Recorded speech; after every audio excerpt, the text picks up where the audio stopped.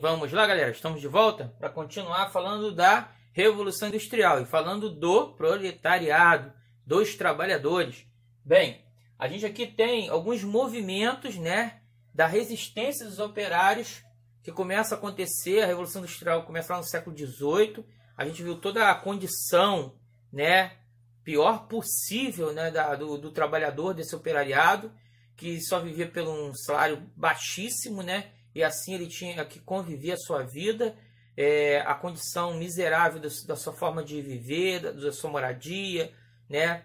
A forma de trabalhar a pior possível. Então alguns movimentos vão começar a acontecer. Um movimento, logo no início do século XIX, um movimento conhecido como ludismo, ele é um movimento que na verdade não vai ser pela busca de direitos trabalhistas. Na verdade esse movimento vai ser uma primeira resistência a cada vez mais a chegada da maquinofatura e a quantidade de desemprego que começou a assolar a Inglaterra, né, porque essa máquina substituía várias pessoas. Tem esse nome por causa de dos seus líderes chamado Ned Ludd, né?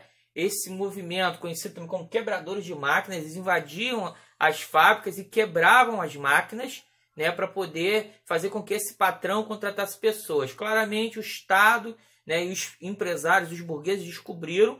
Foi usada a questão da lei, alguns foram enforcados e esse movimento acabou sendo, né, exterminado, né, como resistência dos operários. Aí vem o que a gente chama de trade unions, que seriam aquilo que deu origem aos sindicatos.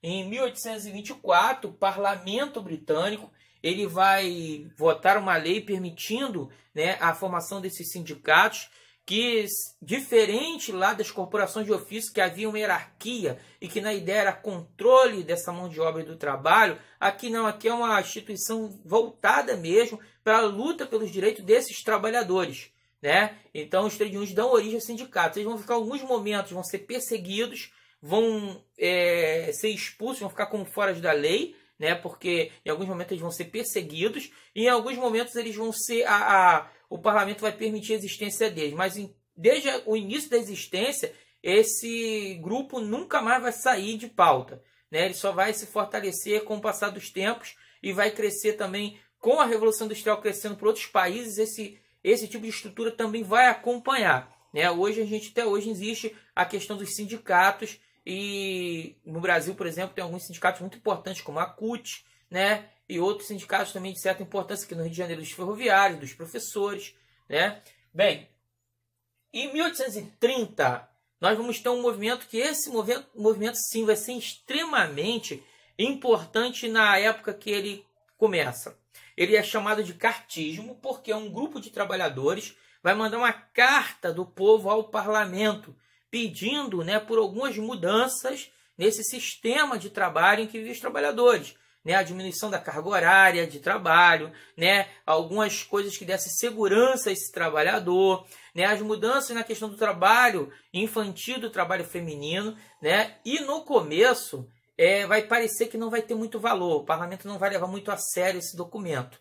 Só que, posterior a esse documento, vai começar manifestações, né, vai começar algumas vezes até algumas revoltas, né, que vão começar a causar preocupação não só no Estado, mas no próprio burguês, tá? Dono dessas empresas. E com isso vai se haver sim uma preocupação do parlamento em atender algumas demandas dessas cartas. Então vai começar a haver as primeiras mudanças, né, de leis trabalhistas em que o trabalhador começa a ser protegido, né, diante desse mundo em que ele vivia, que só valorizava o lucro e só quem ganhava vantagem era aqueles que detinham o capital, o investimento. Bem, é bom a gente entender isso também, que junto com esses movimentos, a gente vai ter o surgimento também das ideias, né, dos pensamentos ideológicos. E alguns vão ser ligados só à política, mas alguns também vão estar ligados à estrutura do trabalhador. A gente não vai falar tanto aqui agora sobre isso, porque isso é mais para frente. A gente vai falar sobre essas ideologias que vão surgir nesse século XIX, né? Mas a gente tem a ideia de, por exemplo, essas ideias de socialismo, comunismo, né? Anarquismo. Todas essas ideias vão estar ligadas muito ao movimento do operariado, desse proletariado, né? Que só tem a força do seu trabalho, né? e muitas das vezes está indefeso diante dessa massa, né, desse movimento, né, determinado por aqueles que detêm o poder. Beleza? Vamos indo ainda mais um pouquinho. Segura aí.